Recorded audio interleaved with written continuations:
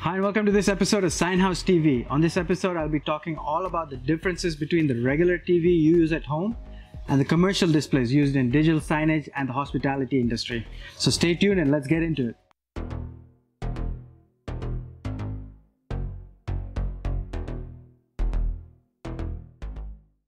So with regard to consumer TVs or the TVs you use at home, you already are very familiar with them.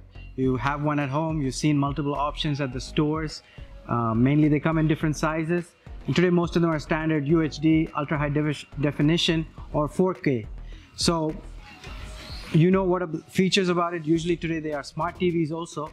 So with a smart TV you essentially have a small computer built into it that allows you to have apps on it through third-party apps, or if it's an Android platform you have access to the Google Store. And additionally, standard with most consumer TVs is that you have a built-in tuner so that you can get all the free-to-air channels right directly to your TV. And you have the standard ports and displays. And with consumer TVs, it's very important to note they have a standard warranty of 1 year, and generally you're allowed, within that warranty, you're allowed to use it only for home use. So if you used it for any other use, the warranty would be void.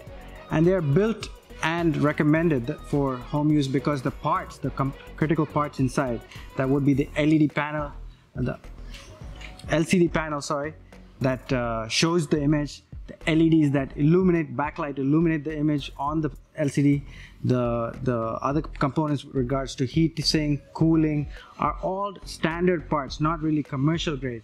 And they put these parts in so that they can keep the costs competitive, and it's a very competitive market for consumer displays, so they have to essentially use the right balance of quality to price parts so that it is not overpriced for the consumer. And it's very tight margins for the manufacturer as well. So essentially they are not commercial grade components, and these components only allow you to use those screens ideally for anything from 6 to 10 hours in a normal use environment.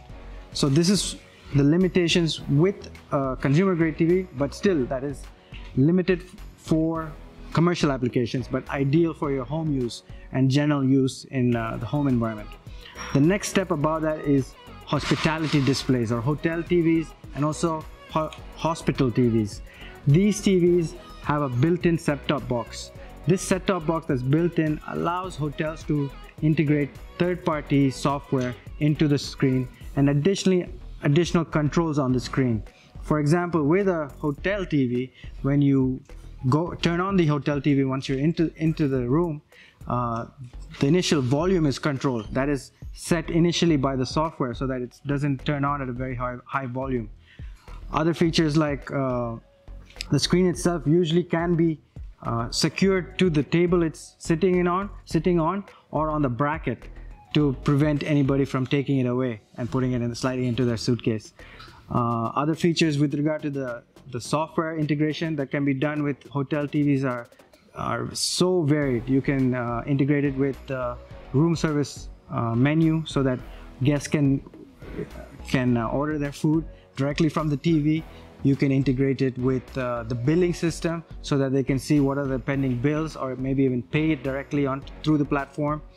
You can integrate it with the property management system so that when the guest is checking into the hotel, and the PMS would relay that information to the hotel TV so that as he unlocks the door, it turns on and says, "Welcome Mr. Joseph to your hotel room. These are the events going on today."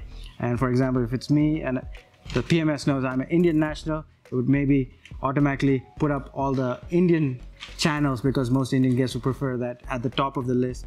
It would maybe also allow me to access different information of the hotel. So where's the pool, where's the business center, who do I call for different aspects of concierge and things in that regard to the hotel. So all these can be customized, the graphics can be overlaid, and various locks are also in place so that as a guest I can't change the brightness of the screen, I can't go at the maximum volume and disturb other guests in the hotel. I can't change any features to it with regard to the contrast and things like that. It has limited functionality, but with all the information I need, ideally integrated to that software that allows me to get all the information I need from the hotel without having to call different people. Additionally, today hotel TVs allow you to cast or cast your mobile device directly onto the screen.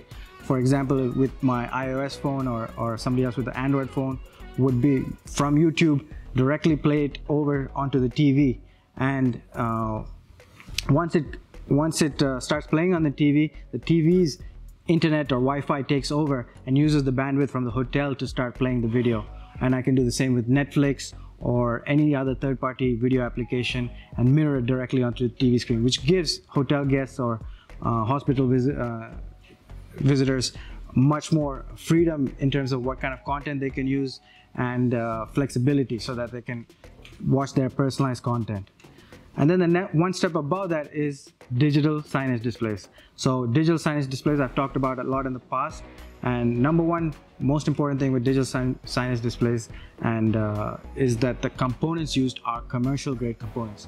So when we talk about the LCD panel that's inside, the LED backlight, the heat sink, the cooling systems, these are all commercial grade so that you can run those screens for 24/7, 365 days operation. Most screens in commercial displays are now 24/7 rated, and the warranty is also more exhaustive, so that even if you run it 24/7, 365, and any technical defect happens to that screen, whether it be the LCD panel or the backlight or something with the ports, it is covered and can be fixed or replaced depending on the extent of the technical issue in that digital signage display. With digital signage displays also today, you have sometimes an OPS slot where you can slide in a computer, small computer, so that you can again use third-party applications to control the screen.